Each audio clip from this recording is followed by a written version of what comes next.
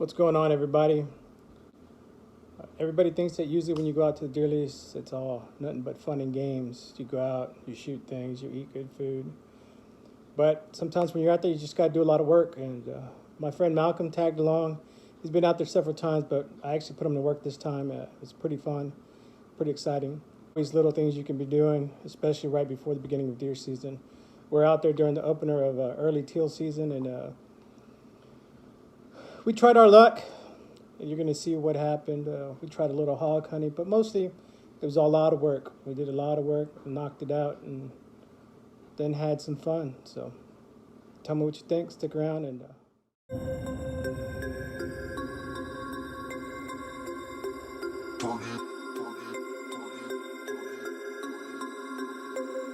We about to turn it on. Turn it on.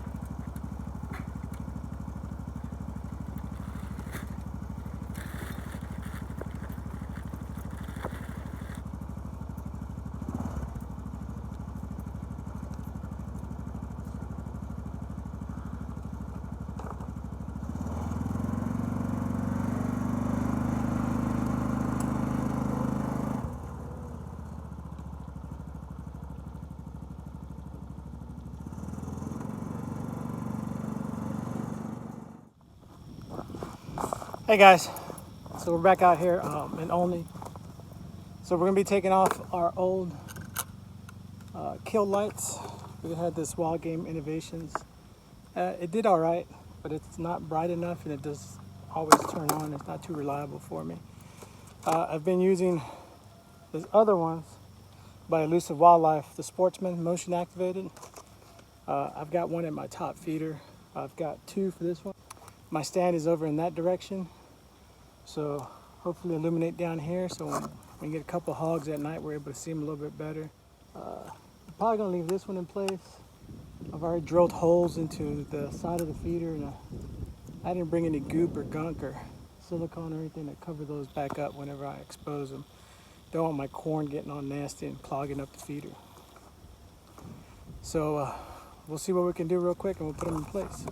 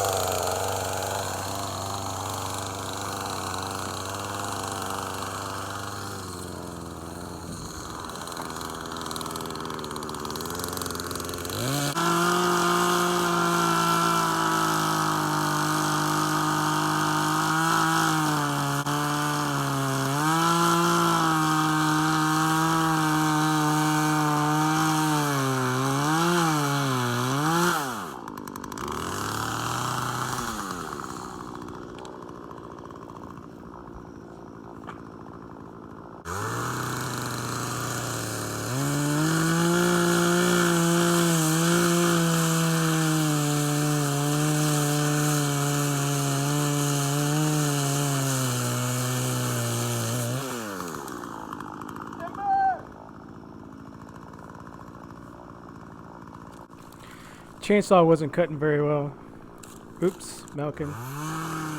So this was smoking pretty bad. We tried sharpening the chain prior to. Still wasn't doing what it needed to do, so we gave up.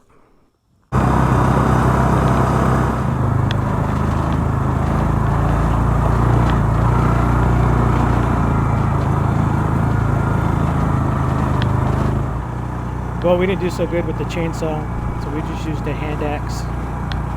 Trimmed up the area and we made our way up to the second feeder. The second feeder we did more of the same, filled with corn, put some attractant out, and we used a string trimmer to clean up the area, make it easier on the deer.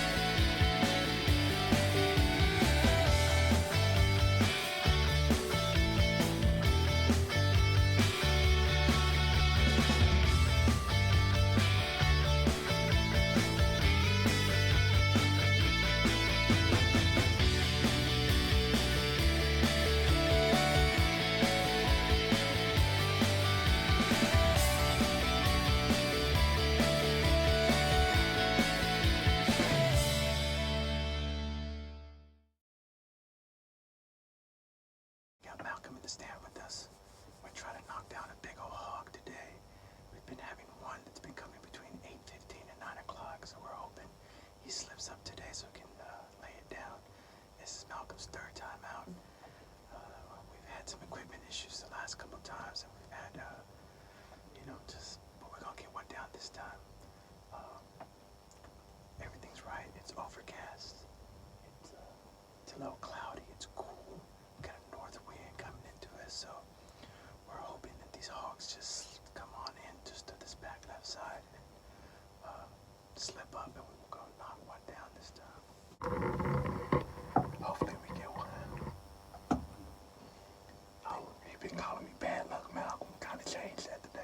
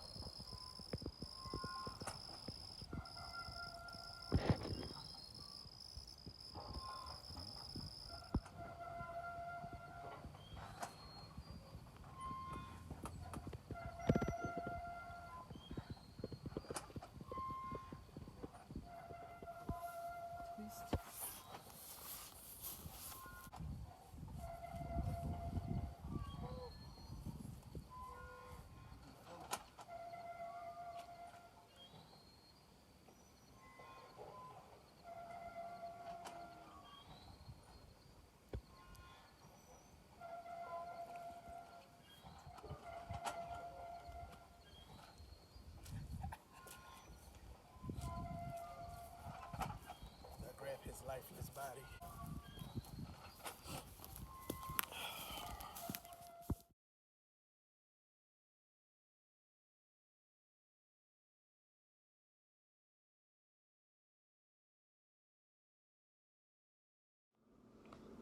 Well, I appreciate you sticking around and watching the whole video. As you can see, we had a lot of issues with the chainsaw.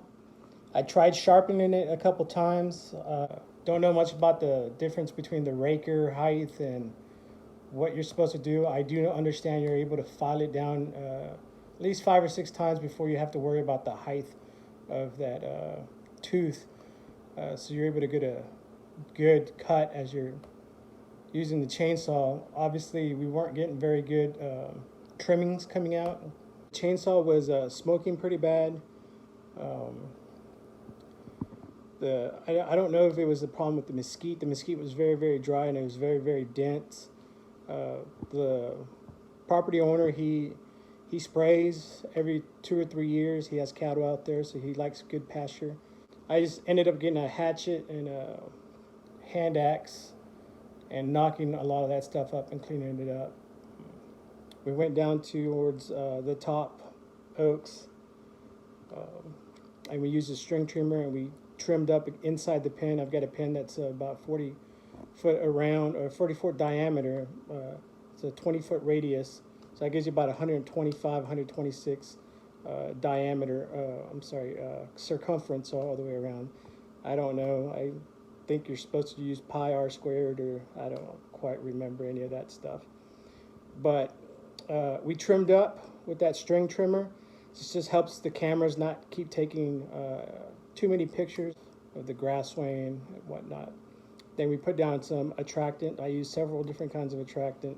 The Big and J tends to work very good. Also work with anything that's on sale. I'll dump it, and hopefully it'll attract something. There's always some sort of mineral that an animal is looking for, and if it just happens to find it at your spot, they'll keep coming around to it until they deplete it. So that's my goal, is just to put 2 or 3 different types of attractants on top of the corn. As you can see, I also put down some protein. This time of year, there's acorns everywhere. We're gonna have that temperature drop, and they're gonna start dropping. So they're gonna be eating. I just wanna keep them in my area, so that's always the goal. Malcolm didn't get a hog again. Equipment malfunctions. He's running an ATN, and while we were hunting, something happened. He adjusted the wrong thing or hit the wrong button, and he lost his zero. Right before that happened, he was able to get on a raccoon. knock it down. Did great on the raccoon, but when it was time on that hog to come in, I mean, he was shooting. He must have been like 3 or 4 foot off because that hog did not even move. It stayed there for a few minutes or a few seconds to allow for a second and a third shot before it decided it was time to go. We tried duck hunting in the morning and we saw 2 teal. I wasn't even looking whenever those 2 teal come in, so Malcolm got a shot. He got his first duck ever. Pretty proud about that. So anyways, we're going to cut it out there. I appreciate you watching this video. If you like it, hit a thumbs up. Stick around. Hopefully we'll have more videos coming in the future. Thanks for watching. Bye.